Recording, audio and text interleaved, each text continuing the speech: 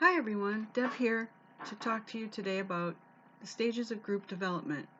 Our Lesson 7 discussion asks us to read case number 7, The Forgotten Team Member, from our Organizational Behavior textbook by Yulbein et al. 2015, and discuss how a better understanding of the stages of group development could assist the leader, Christine, in other leadership situations such as the one she was involved in at school.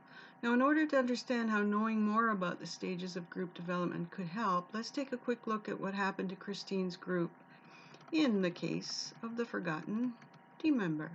So Christine was a conscientious A student who was elected as the coordinator for a group project in her organizational behavior class. The other members were Diane, Janet, Steve, and Mike.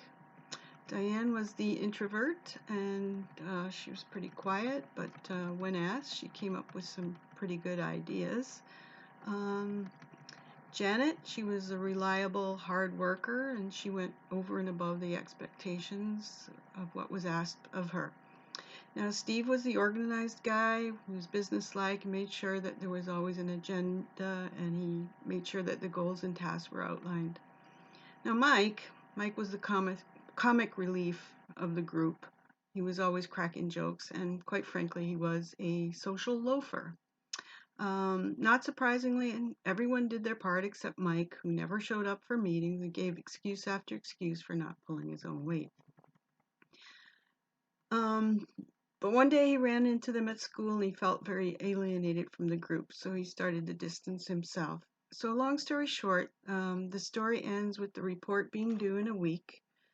Without much input from Mike, and Mike's input was going to be very important, and his peer evaluation was needed in order for the team to earn a good grade. So what could Christine do or have done to help the situation? Well, is it too late because Mike has already stymied the group's development? In order to evaluate the situation, it's important to understand what the stages of group development actually are. They include forming, storming, norming, performing, and then finally adjourning. Now, in the forming stage, that's when the members are just kind of getting together, getting to know each other, getting acclimated to the group. They're establishing what their individual needs are, what their strengths are, and how they can contribute to the group. They establish the ground rules and what the acceptable behaviors are for the group, and also define tasks and what specifically they need to get done. After that, the storming stage starts. That's when tensions start to arise as people begin to jockey for position within the group. You'll have hostility and conflicts that'll occur, and cliques and little groups begin to form. Preferences are imposed, and this is the best time for the leader to clarify expectations and to try to make efforts to understand and satisfy the individual people's needs, while at the same time to try to establish and accomplish the team goals. Now, this is where Christine made her mistake. It was during this phase that she should have made sure that Mike's needs were being met and that he was being made more accountable to the group.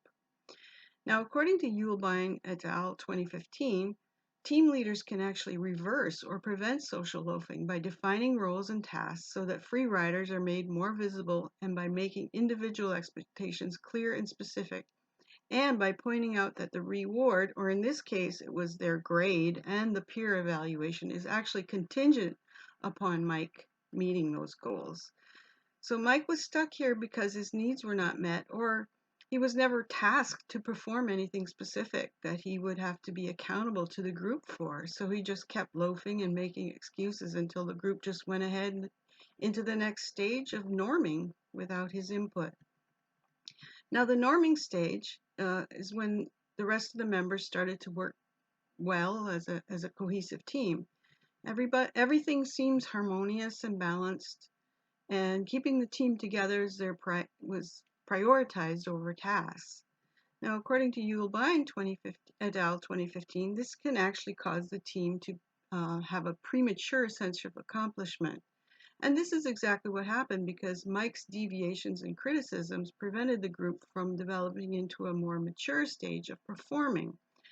at a high level, which is known as the performing stage, or that's when they have total integration. This is where the group is actually working effectively to get the job done and maintain the relationships.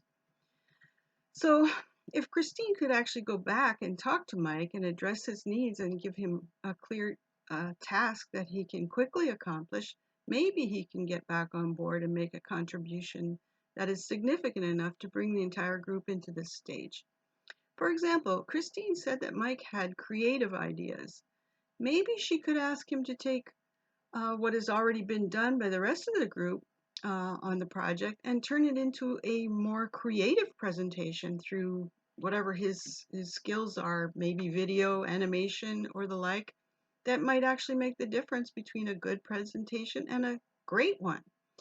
So, there is a possibility that she could turn things around.